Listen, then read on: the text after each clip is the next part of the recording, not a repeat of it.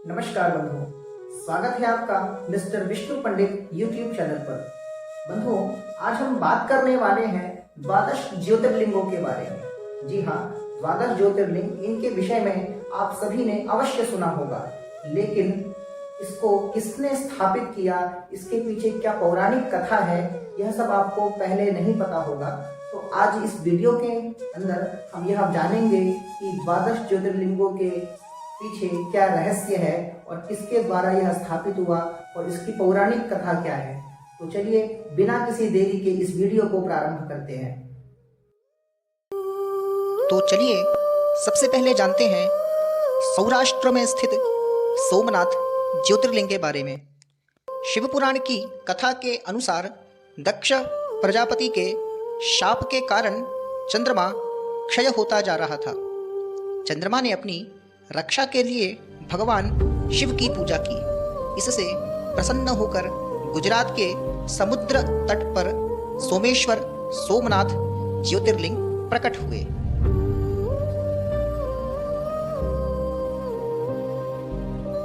चलिए अब जानते हैं मल्लिकार्जुन ज्योतिर्लिंग के बारे में। दक्षिण के कैलाश नाम से विख्यात श्री शैल पर्वत पर मल्लिकार्जुन ज्योतिर्लिंग स्थित है। कहते हैं यहाँ शिव की पूजा करने से अश्वमेध यज्ञ करने का फल प्राप्त होता है। इस शिवलिंग के विषय में कथा है कि ब्रह्मांड की परिक्रमा में गणेश जी को विजयी बनाए जाने के बाद कुमार कार्तिकेय रूठकर दक्षिण में कौंच पर्वत पर आकर रहने लगे। यहाँ कुमार कार्तिकेय को मनाने के लिए शिव पार्वती पधारे। इसके प्रतीक रूप में ज्योतिर्लिंग प्रकट हुआ, जो मल्लिकार्जुन ज्योतिर्लिंग के नाम से विख्यात हुआ। महाकालेश्वर ज्योतिर्लिंग मध्य प्रदेश के उज्जैन नगरी में कालों के काल रूप में महाकालेश्वर ज्योतिर्लिंग स्थित है। मान्यता है कि इनके दर्शन मात्र से सपने में भी डर नहीं सताता है। इनके प्रकट होने की पुराणों में जो कथा है, उसके अनुसार दूषण नाम का एक असुर था। यह लोगों को सताया करता था। इससे मुक्ति पाने के लिए ब्राह्मणों ने पार्थिव शिवलिंग बनाकर शिव जी की पूजा शुरू की।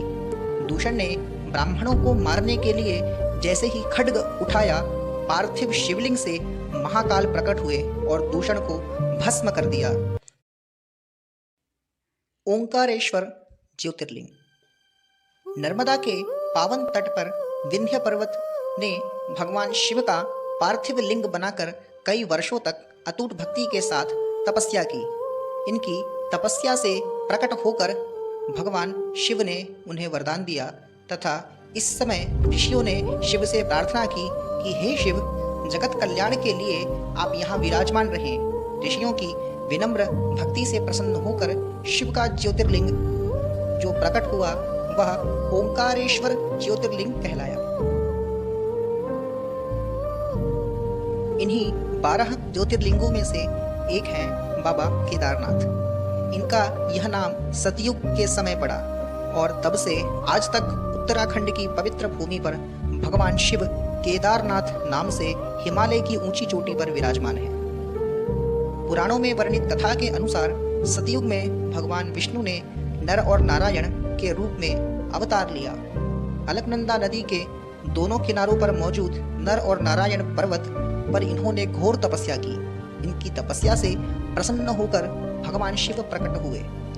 विष्णु के अवतार होने के कारण इन्हें किसी सांसारिक फल की चाहत नहीं थी। इसलिए जब भगवान शिव ने कहा कि वर मांगो, तब नर और नारायण ने कहा कि आप इस क्षेत्र में निवास करें। जो भी भक्त यहाँ आए उसे जीवन मरण के चक्र से मुक्ति प्रदान करें। नर और नारायण की प्रार्थना पर भगवान शिव ने कहा कि यहाँ ज्योतिर्लिंग प्रकट होगा जो साक्षात शिव स्वरूप होगा। इसके दर्शन करने से शिव दर्शन करने का पुण्य प्राप्त होगा। नर और नारायण की प्रार्थना पर ज्योतिर्लिंग प्रकट हुआ। जहाँ पर शिव का ज्योतिर्लिंग हुआ, वहाँ केदार नामक धर्म को जानने वाला राजा शासन करता था।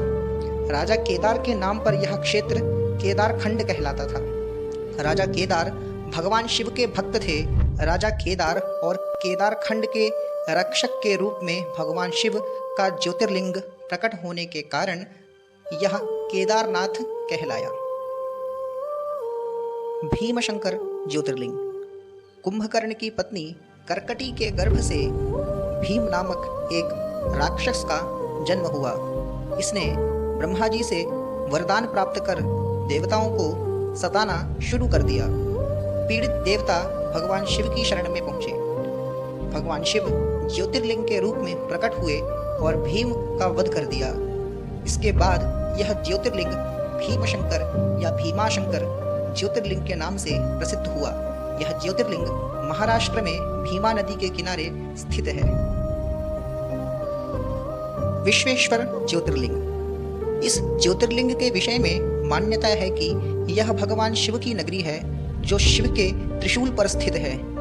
एक बार पार्वती माता ने शिव से कहा कि वह कैलाश को छोड़कर कहीं और रहना चाहती है। पार्वती की इस इच्छा को जानकर भगवान शिव ने काशी में निवास करने की योजना बनाई और काशी में विश्वनाथ बनकर प्रकट हुए। त्र्यंबकेश्वर ज्योतिर्लिंग। गोदावरी नदी के उद्गम स्थल पर भगवान भोलेनाथ का ज्योतिर्लिंग विराजमान है। शिव पुराण की कथा के अनुसार गोदावरी नदी और गौतम ऋषि की प्रार्थना पर यहाँ ज्योतिर्लिंग प्रकट हुआ था। यह स्थान काल सर्प दोष के लिए बहुत ही प्रसिद्ध है और इस स्थान को त्र्यंबकेश्वर ज्योतिर्लिंग के नाम से भी जाना जाता है। चलिए जानते हैं बैजनाथ शिवलिंग के बारे में। रावण ने भगवान शिव से लंका में निवास करने की इच्छा प्रकट की। रावण को संतुष्ट करने के लिए भगवान शिव ने एक ज्योतिर्लिंग दिया। शिवजी ने कहा कि वह इस ज्योतिर्लिंग में स्थित होकर लंका में निवास करेंगे, लेकिन देवता नहीं चाहते थे कि शिव लंका में निवास करें। इसलिए विष्णु की मदद से देवताओं ने झारखंड में ही ज्योतिर्लिंग को स्थापित करवा दिया। यह ज्योतिर्लिंग बैजनाथ ज्योतिर्लिंग के नाम से कहा जाने लगा और इसके पीछे बहुत ही बड़ी कथा है जो आपको अलग से सुनाने की आवश्यकता पड़ेगी। फिलहाल आप केवल इसी संदर्भ को मन में रखें। नागेश्वर ज्योतिर्लिंग। गुजरात के द्वारकापुरी के करीब 25 किलोमीटर की दूरी पर नागेश्वर ज्योतिर्लिंग है। यह ज्योतिर्लिंग एक शिव भक्त की रक्षा के लिए प्रकट हुआ था। शिव पुराण की कथा के अनुसार सुप्रिय नामक एक वैश्य को दारुका नामक राक्षस ने बंदी बना लिया।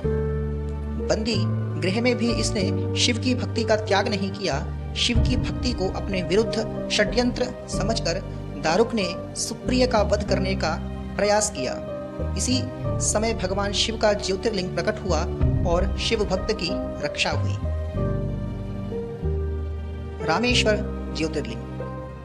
लंका पर चढ़ाई करने के लिए जब भगवान राम सागर पर सेतु निर्माण करवा रहे थे, उस समय कार्य में सफलता के लिए राम ने पार्थिव शिवलिंग का निर्माण किया और विधिवत इसकी पूजा की। भगवान राम की पूजा से प्रसन्न होकर शिवजी ज्योतिर्लिंग के रूप में प्रकट हुए और राम द्वारा पूजित होने के कारण यह रामेश्वर ज्योतिर्लिंग कहलाया।